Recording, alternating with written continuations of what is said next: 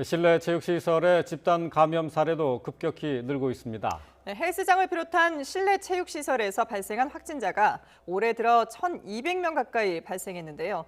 현장에서는 방역의 안간힘을 쓰고 있습니다. 현장의 방역 상황 직접 살펴보겠습니다. 현장에 김우준 기자가 나가 있는데요. 김우준 기자.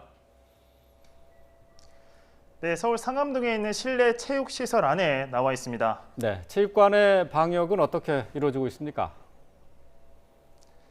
네, 제가 나와 있는 곳은 복싱장입니다. 이 복싱이랑은 운동 특성상 격렬한 신체 접촉을 피할 수가 없는데요. 따라서 관계자는 훨씬 더 방역에 치중할 수밖에 없습니다. 지금 오픈하기 훨씬 2시간 전이지만 미리 관계자들이 나와서 방역하는 모습을 볼 수 있는데요. 가장 집중하고 있는 건 바로 환기입니다. 이 밀폐된 공간 안에서 비말이 분출이 되면 감염률이 높아질 수밖에 없는데, 따라서 이렇게 뒤로 보시는 것처럼 창문을 열고 신선한 공기가 들어올 수 있도록 항상 주의를 하고 있습니다. 운동을 진행하는 경우에도 웬만하면 문을 닫지 않는다고 합니다. 또한 공용 물품에 대해서도 소독을 열심히 하고 있다고 합니다. 공용 줄넘기나 뒤로 보이는 대여할 수 있는 글러브 같은 경우도 틈날 때마다 소독을 하고 있습니다. 실내 전체에 대한 이 방역도 철저하게 진행을 하고 있는데요. 관장님께서는 실제로 이런 전문 방역을 할 수 있는 기기 등을 구비를 해놓고 시간이 날 때마다 바이러스 등을 제거하기 위해서 소독을 하고 있습니다. 특히 밀집도가 높은 탈의실 같은 경우에는 1시간마다 한 번씩 소독을 한다고 합니다. 하지만 관계자가 아무리 이렇게 열심히 노력을 하더라도 이용자가 지키지 않으면 아무 소용이 없는 상황인데요. 따라서 이용자들은 반드시 덥더라도 마스크를 착용을 하고 운동을 해야 합니다.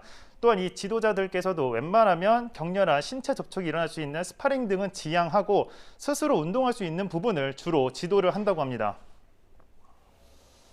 네, 그곳에서는 방역에 상당히 신경을 쓰고 있습니다만 실내 체육시설의 집단 감염은 심상치 않은 상황인데요. 올해만 관련 확진자가 1,000명을 넘지 않았습니까?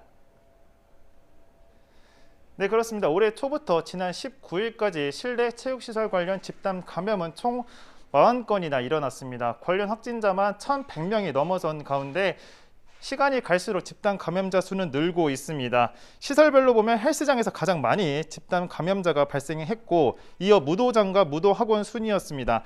사회적 거리두기 2단계에서는 실내 체육시설에 적용되는 의무 방역 수칙은 2시간마다 환기, 음식 섭취 금지, 면적당 인원 제한입니다. 방역당국은 격렬한 운동을 하는 체육관에서 2m 거리 두기를 지켰어도 감염이 일어난 사례가 있는 만큼 환기와 이용자의 마스크 착용 등 기본적인 방역수칙 준수를 거듭 당부했습니다. 지금까지 서울 상암동에 위치한 실내 체육시설 안에서 YTN 김우준입니다.